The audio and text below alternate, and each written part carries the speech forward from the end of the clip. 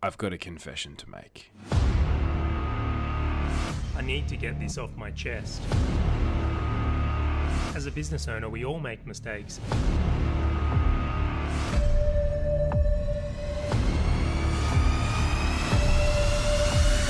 I've got to confess.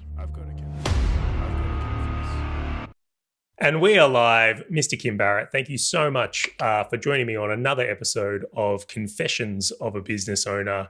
I understand you've just got back from a trip. How are you doing? Doing super well, considering I've been traveling for like 30 plus hours. Apart from that, doing great, feeling good. Even though, as we were discussing before, I look super pale. But apart from that, phenomenal. Yeah, well, noticeably more pale than usually. But definitely so glad to have you back. I was actually surprised you were even available this week to record, although I am thrilled you are. But I tell you what, travel certainly knocks it out of me. But I've been dying to ask, how was Funnel Hacker? How was the event? It was a great event. Yeah, we just got back from Funnel Hacking Live, got our 2 Comma Club award, which was very cool. The benefit was we were staying in like a mastermind house that we put together with some other people that have been on the podcast, Rhonda and Brian Swan and Unstoppable Family. So it was very cool. Met lots of great people, did a lot of great networking, some great JVs to come out of it, and cemented some relationships also. So it was a great time, and I'm sure Charley's going to be there next year. He'll probably be collecting his plaque also, but it's just so much fun. Next year is going to be Nashville, Tennessee, so it should be word on the street is anyway. So it should be pretty good fun. So I wish I had like a little applause sound effect then for you as well. But like massive congratulations on getting the 2 Comma Club. For anyone that doesn't know, that means Kim's had a funnel that's done $1 million through ClickFunnels. And as a part of that, he got an award and a beautiful plaque. If you do follow him on Facebook, you get to see this. It almost looks like a gold record. It really it's pretty does. cool. It's very cool. It's just out of frame, but I got it behind me. It's so good. I love it. Next episode, we'll have to bring it on, but huge congratulations. And it sounds like you got a whole bunch of benefit out of the event. So what was your number one takeaway? What did you take away from this the most? Oh, it was a good one. There was 2 parts. One I've kind of already shared on Facebook, so people can only see that there.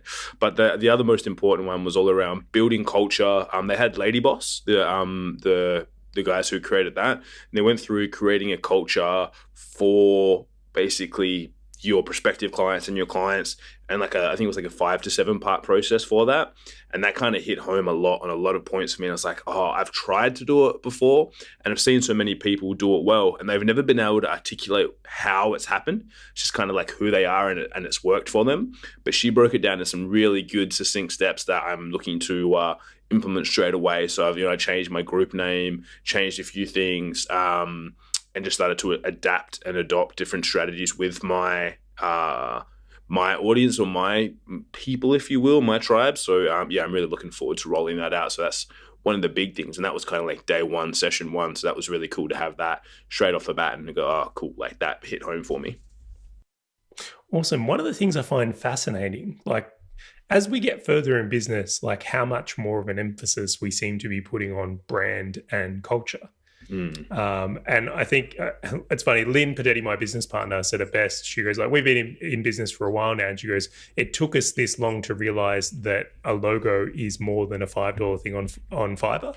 Like, we totally get why companies spend, 10 grand on their brand and all those things now, and totally see the importance in what it does. And the same for culture. I mean, if someone tried to sell me culture when I had heard a presentation on culture when I was starting out, I'd almost zone out because it just wasn't important to me at those phases where it's like, now you hear someone talking about team and culture, it's like, oh, yeah, hello. But so awesome, dude. It's super, super awesome. Yeah, so it's been great. But obviously now as well, the only thing is it's kind of taken up last 2 weeks, which has put us towards end of the first quarter of the year. So it's exciting times ahead as we roll into the 1st of April on Sunday, which is going to be kicking off the next quarter. So it's kind of cool, but also a little bit scary how fast this. It feels like only yesterday we were hanging out in Bali, and now it's the end of the first quarter, and it's already April. So it's scary. Well, that is a perfect segue into this next part. So at the time of recording this podcast, it is the 29th of March. It's literally going to be Good Friday tomorrow, and the first quarter of 2018 is done. So what we're going to be doing in this episode is going through what's worked for us in the first quarter of 2018, what hasn't worked for us in the first quarter of 2018, and then what we're doing differently going into quarter two. So thank you so much for that nice little segue there, Kim. I think that's the smoothest we've ever done it. We're getting professional at this as we go on. Yeah, anyone will think we prep on these levels now, but it's very free-flowing. So I'll let you kick this one off. Reviewing the first quarter of your 2018, what's worked well for you? I think what's worked really well for our team, and especially I think it's probably a lot of Charlie's influence also, is working on our systems, procedures, policies, things that can be rolled in to make sure the team work really effectively. So everyone uses Loom now to record things. Even when we're giving updates to clients, we're going like a lot higher level of communication with everyone. So it just works so well, communicating in that way, but then also documenting things. So I think we've talked several times on the podcast as well. I have a new assistant, Jenna, as well, who started managing my email and managing my social media and things like that, which is taking a lot of burden off me. So, but I wouldn't have been able to do that if I hadn't done all those systems, procedures, recordings of all the different things that I do. It's just dramatically different now and so much easier being that she's taking care of all of that. Yeah, it makes a massive difference. And I'm thrilled that you feel that I had some sort of influence on you to do that. So thank you. I'm thrilled. And then number two, I'm even more thrilled that you're starting to reap some of the rewards.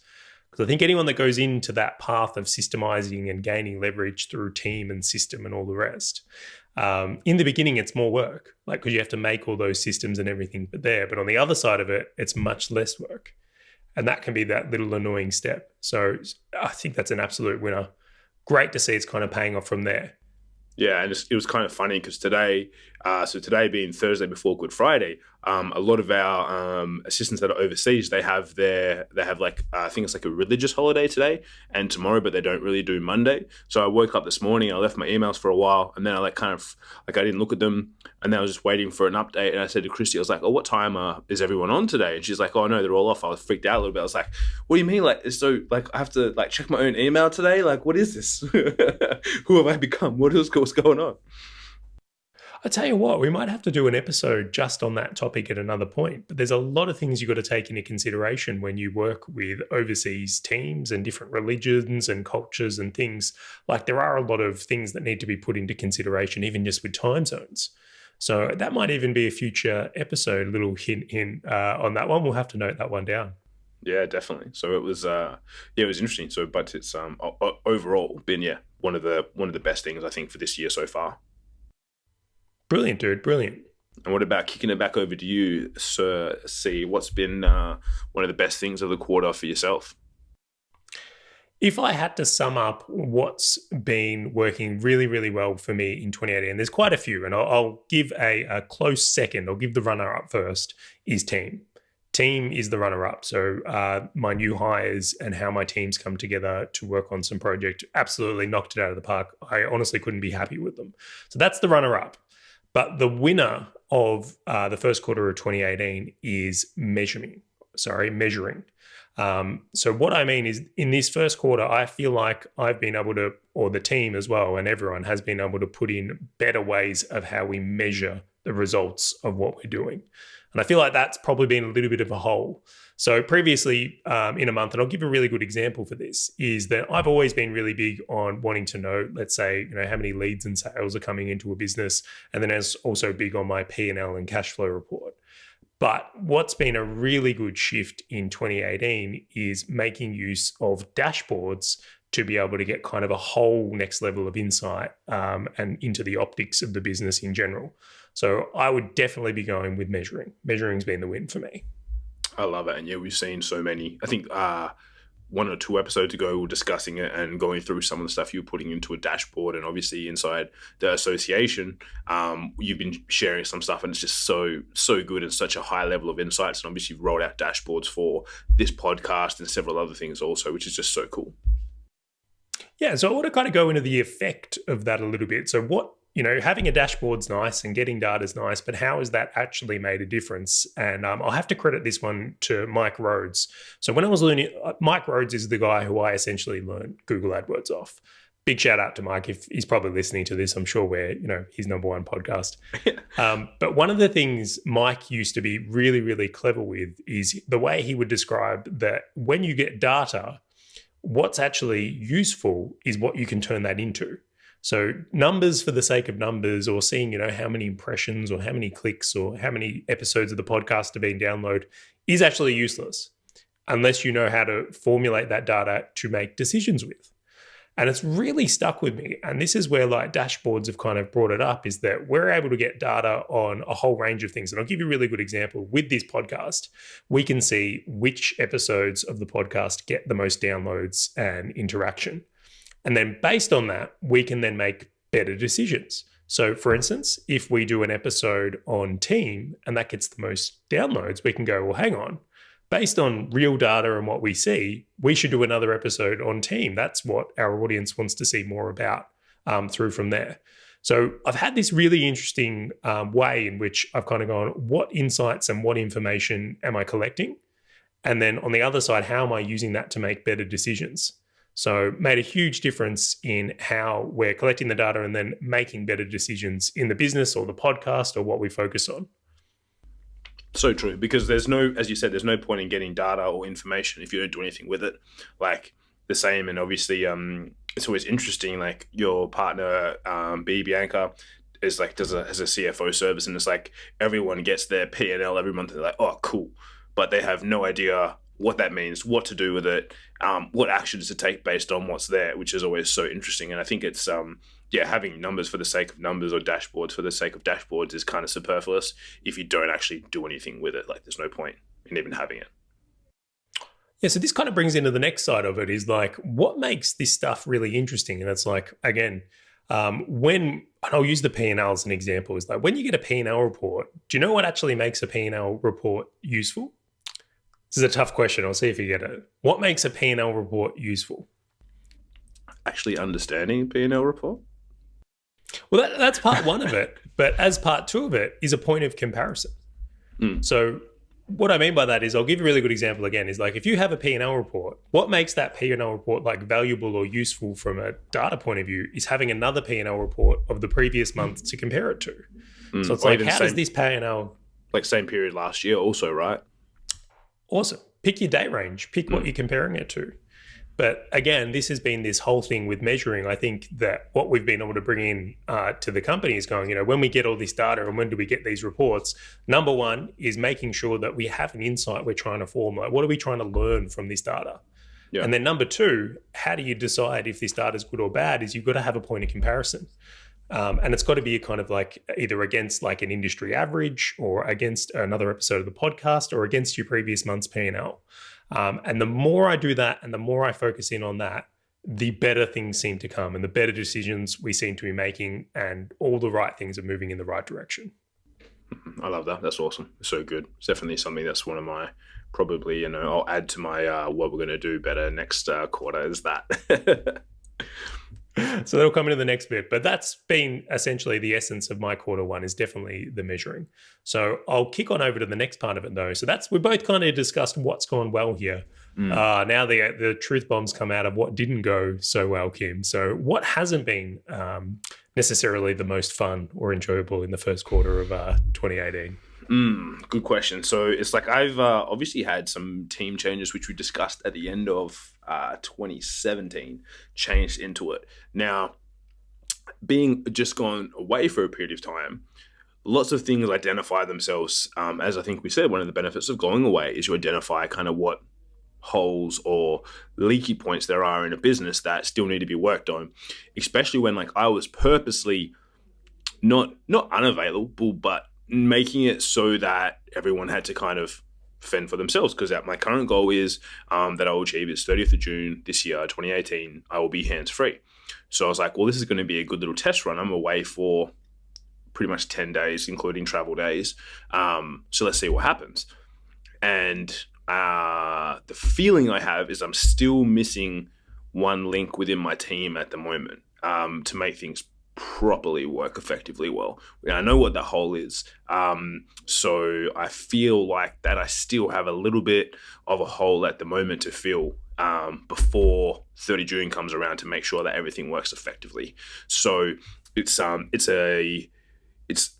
bad, not a bad point, but something that I know that needs to be is identified itself when I've been away on trips, because I'm also going away again in 2.5 weeks, stupidly or goodly, as I think about it, because we got Sydney and then I'm off to Canada, speaking an event there. So it's exciting times, but it also goes, okay, cool. It means I know I've identified that now, after the second time being away, or third time being away this year, fourth time being away this year so far. So don't keep me hanging here. I'm dying to know. Like, I feel like this is like a tease. He's like he's dangling around what this missing link is, but it's got to come out. I have to know, what is the missing link? Is it a person? A person, but I know, like, I also go, if we release this podcast too soon, they may hear it and then they may go, Kim, are you talking about me? Are you going to let me go? No. You know, in all seriousness, it's around our what I said, identified before is kind of like our chief marketing officer, or something in that regard, right? Like the two I see that has the deep understanding of Facebook stuff, strategy, all those kin caboodle. So if you're listening to this and that's you, shoot me a message, kim@yoursocialvoice.com.au. Just a quick plug there. But I still feel like I haven't got that position 100%. And I'm not sure if it's because the person that I have in place at the moment is transitioning out from an old role so they're still in another company, or that I've got someone there who's not quite right, just doesn't have the depth of knowledge just yet, which could just be a training thing.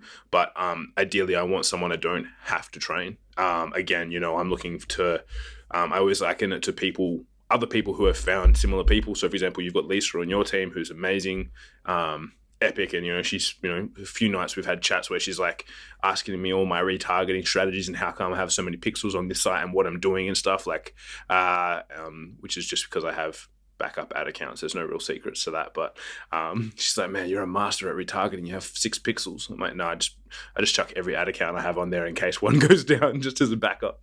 No real secrets there. So yeah, that's kind of the person that we're looking for, that I feel like I don't have 100% just yet, and I'm still checking in if that's training or time from their side of things, because they're in transition. But that's one of the things that kind of identified itself while I was away, that I need to make sure is on point to still reach our goal by 30 June. Oh, I tell you what, that's a tough one. Now, I'll give you the first good news. So this episode will probably take about 4 weeks before it's live. So for anyone listening to this, it's probably going to be midway through April when it actually comes out, because it goes through our process and all the rest. But what an interesting topic that is. Now, I'll dive into a few things. I want to ask you a few questions on it, but it's like the next thing I'll say is that when you've got the right person in this seat, it is so good. It's like, as I mentioned in the first of like what is working well, and like the close runner-up was team. And a big part of that is having Lisa in that role who fulfills that. It's like, I sleep well at night knowing that I've got Lisa there who's got my back and delivering things. And like, I'm even thrilled hearing she's asking questions about your obscene amount of pixels on things, which is ludicrous, but that's a different discussion for a different day.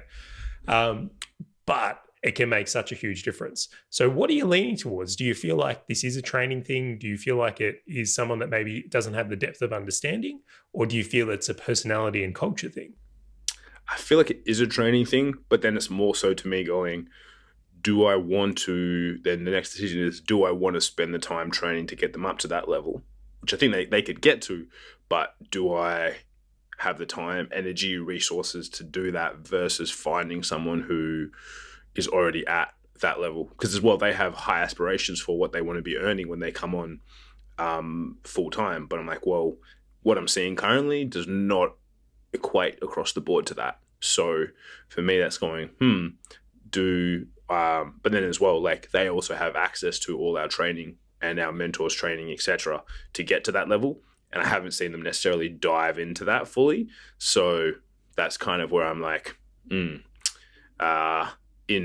in two minds, because the whole point of, again, also with restructuring our team and looking at who we bring on is making sure everyone that comes in is world class. So just trying to figure out if I have the time, energy, and effort to make them world class or help them get to world class versus finding the person who's already 99% of the way there.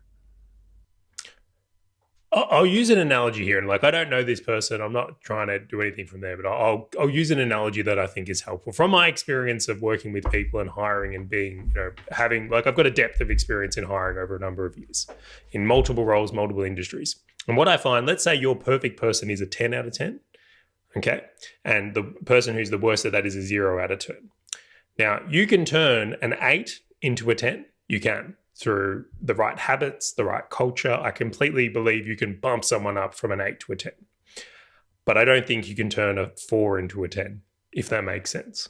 That's what so it's like, if you can, because I would rate them probably between 4 and 5 at the moment. So I'm not saying this is for all cases, but like, there's certain people out there that are driven at a level where they probably can go from a 2 to a 10.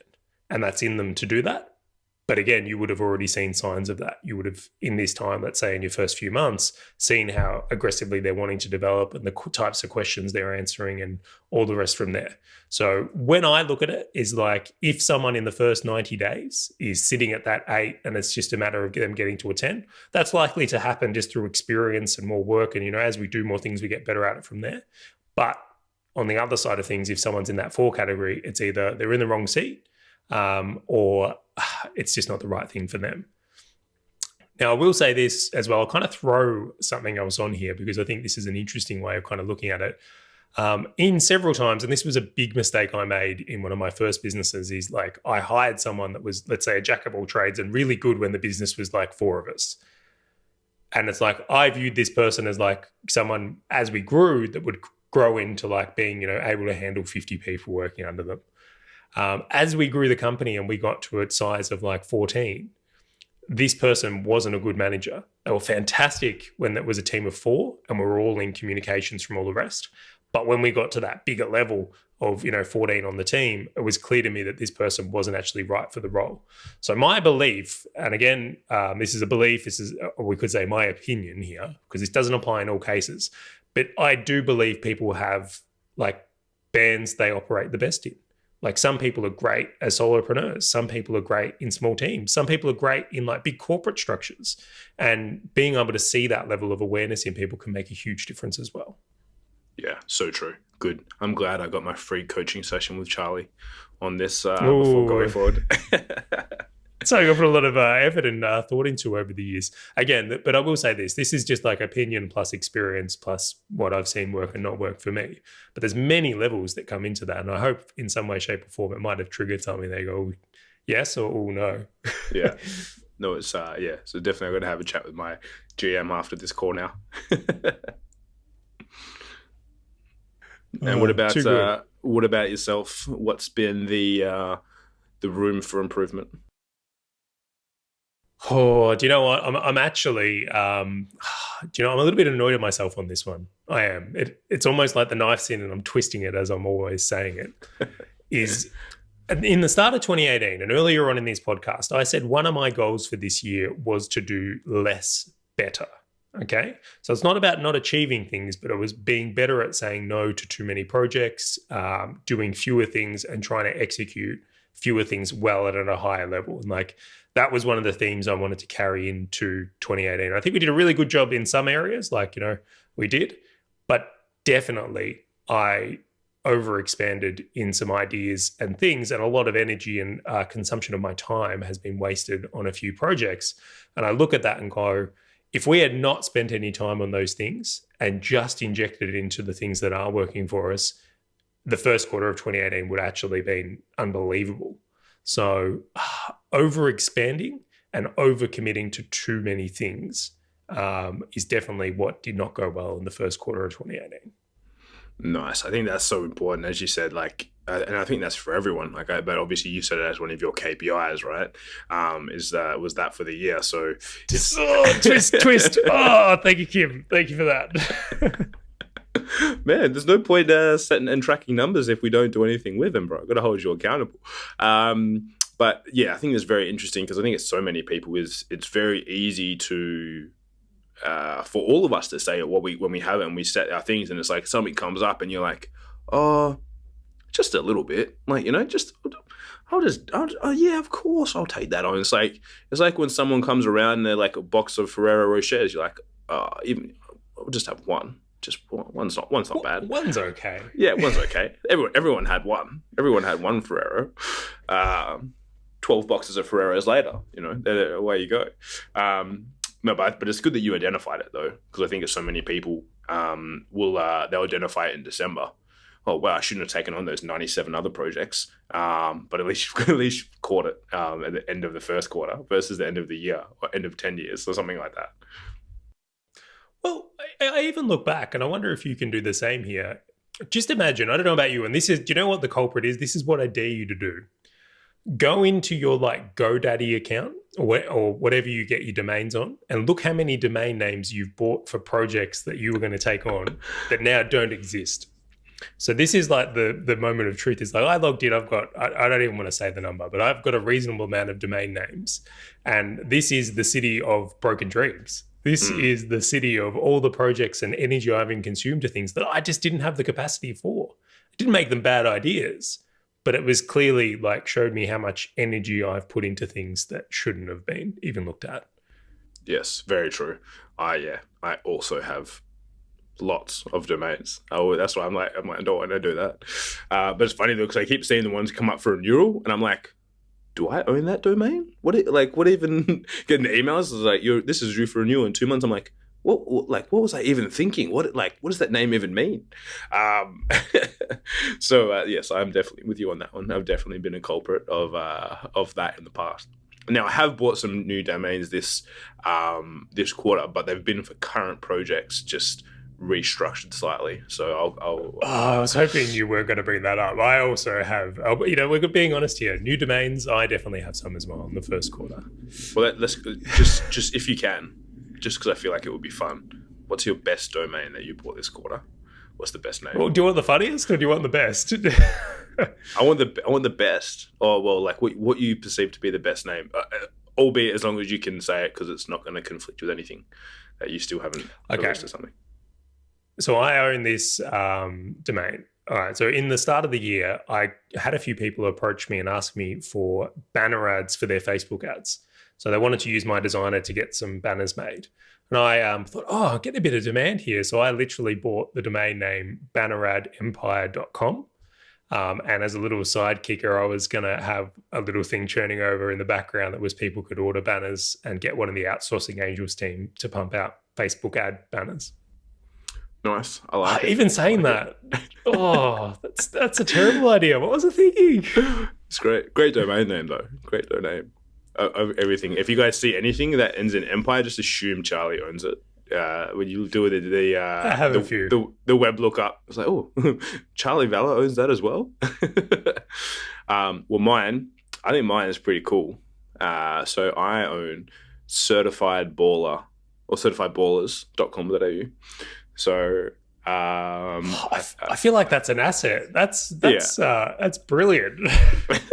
Exactly. That was my thinking at the time. I looked it up. I was like, no one owns this. I was like, this is mine. Boom, bought it. But that ties back into some of the stuff I shared earlier about the new stuff from building the culture. That's actually will tie into that. So there's actually a use for it. It's already up. There's already something on it tying into what we're doing currently without taking away from it. So yeah, interesting. But in a nutshell, your social voice, your company, it's working for you, yeah. So that's an investment in improving your company. Yeah, definitely, 100%. So in a way, I'm completely cool with that. That's not like you were starting a completely side business. All right, we're going to do a certification for ballers. And it's a completely new company and we're getting a new office and all the rest. Or I feel like Banner Ad Empire. And I want to phrase this. I actually don't think that's a bad business. I think there's tons of demand for good quality Facebook ad images. And I think someone could probably do quite well in that if there already isn't someone doing quite well in that. It's a complete takeaway from what I'm currently doing and would have been not an area of focus. Yeah, no, 100%. I feel lighter after that, Kim. That was good. That was a little confession. Say 6 Hail Charlies and God bless you. Very, very, very timely on the day before Good Friday. All right, so we'll loop back around here. On the basis of that, what's going to be different in quarter two for you then? Like, we've got some good, we've got some bad. What's the change going to be? Well, one thing that we're actually rolling out is obviously on the back of Funnel Hacking Live, right, being there, it was so funny looking at how many people were running webinars. And our 2 Comma Club funnel was a webinar funnel, but it's the worst webinar probably in the history of webinars. Got no ever sales from it, no ever, like, it was appointments from it, right? And I chopped and changed it and it just made it evergreen and whatever, purely because it got me cheap leads that I could funnel into my sales team who jump on the phone and call them. That was the whole purpose of it originally, right? So I decided when we were there to actually do a webinar where I sell something. I feel like I'm confident enough, certain enough in what we do. I can portray a sale well enough to inspire people to take action. So decided to actually do a webinar where I sell stuff. So, but in true fashion of myself, is that if I'm going to do anything, I'm going to go for a hardcore. So exactly 1 week away, obviously giving myself plenty of time. I'm not running one, I'm running 3 webinars on the same day, being a US, a UK, Australia, to test out the webinar to see if it converts. Well, to see how much it converts, because it will convert. It's just a matter of how much.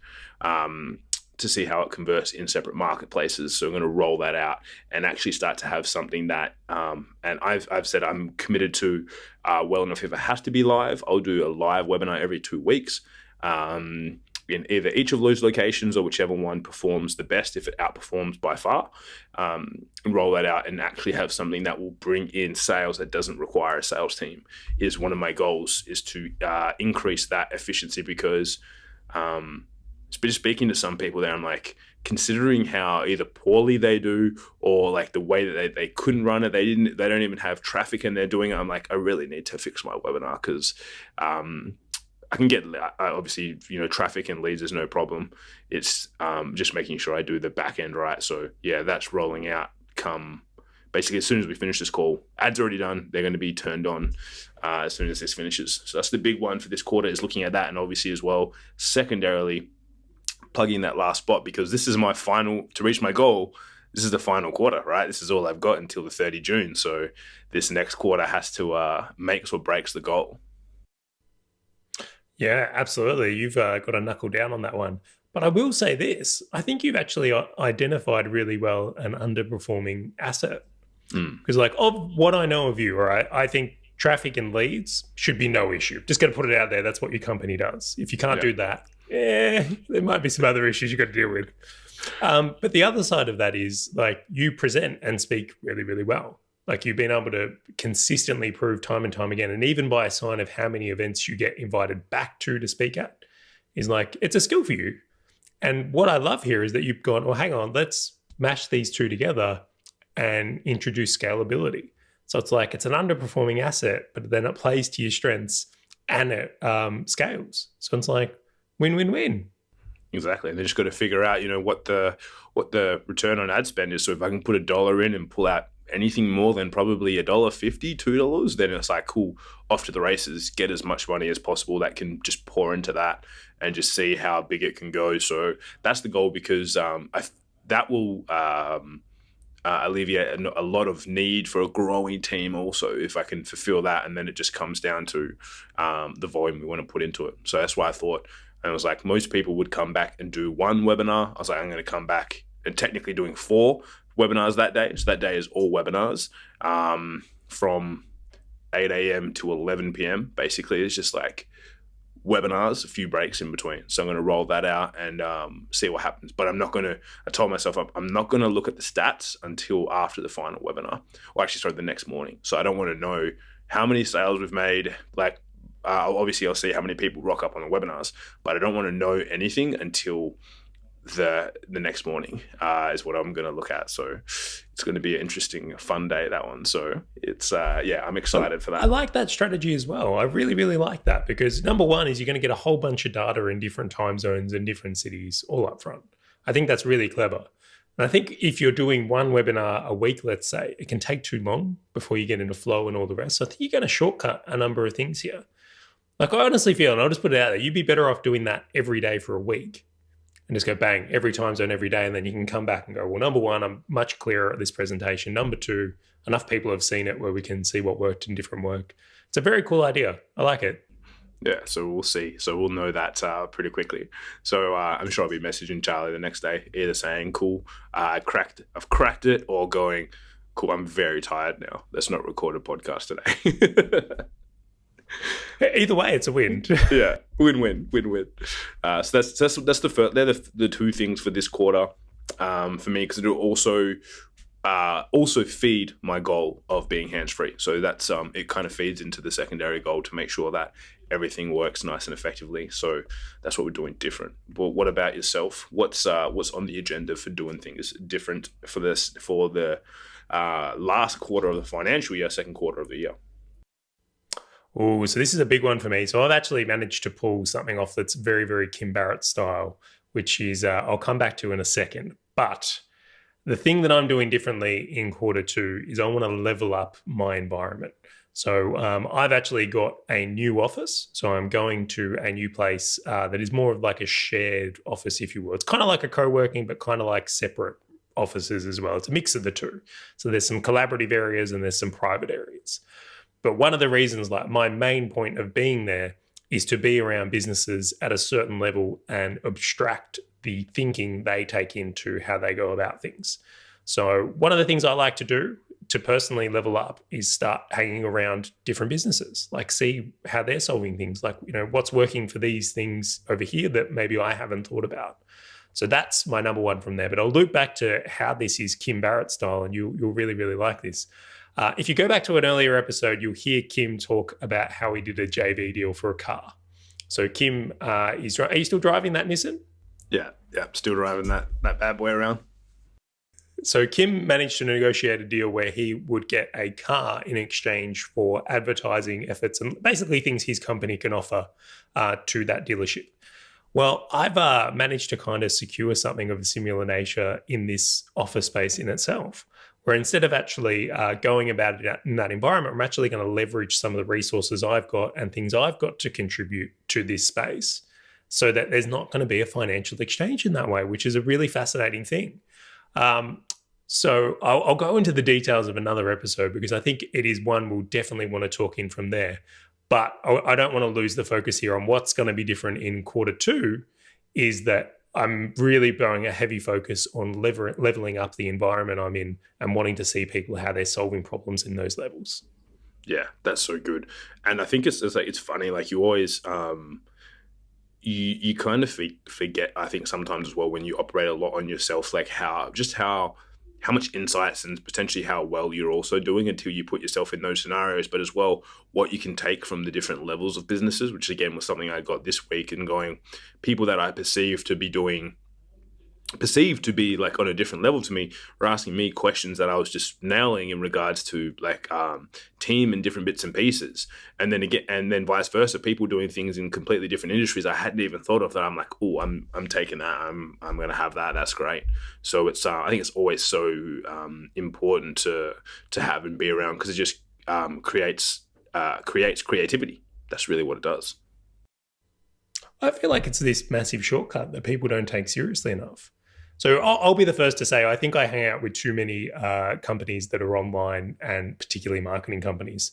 So I can see that, like, you know, as bias, I'm solving them as a lot of things. And don't get me wrong, it's been awesome and I've learned a lot. But it's like I want to see what all these other businesses are doing that have nothing to do with the internet. How are they surviving and dealing with things? So I think there's a huge shortcut in gaining that experience from these other people. Yeah, so true. 100%. I reckon it's very overlooked. Well, it's going to be the last quarter of the financial year, but the second quarter of 2018 to kind of tie into 30 June. I tell you what, Kim, this has been a cool episode, dude. There's been a lot of interesting things to take away from it. I think we'll wrap it up for here on this one there. Is there anything you want to leave the listeners with, or any final comments? No, but I would encourage the listeners to, wherever you are, let us know how your quarter went, even if you're listening to it later, even if it's the middle of April, March, whatever. And if you haven't done a review yet, after you listen to this, hopefully you've got some insights and maybe ideas on things that we're doing, maybe that you can implement, or things that you go, oh yeah, I definitely missed that this quarter. I wish I did this instead. I would love to see and read some of that also, and kind of see things that we can share later to maybe help you overcome those problems too, if you haven't already. So I would encourage you, whether it's Facebook, YouTube, the website, Stitcher, whatever you are, to comment and share with us how your quarter went for you also. I would love that. I actually think that's awesome. Tell us what worked and didn't work for you in the first quarter of 2018, and then what you're going to be doing differently. So wherever you're watching this on all the platforms, please leave a comment and let us know from there. And I tell you what, we might even read out some of the best answers, or if you're lucky, we might even invite you to come on the show and share what has happened from there. So that's it for this episode of Confessions of a Business Owner. Thank you so much for tuning in. Until the next episode, that is it. See you later, guys. Bye.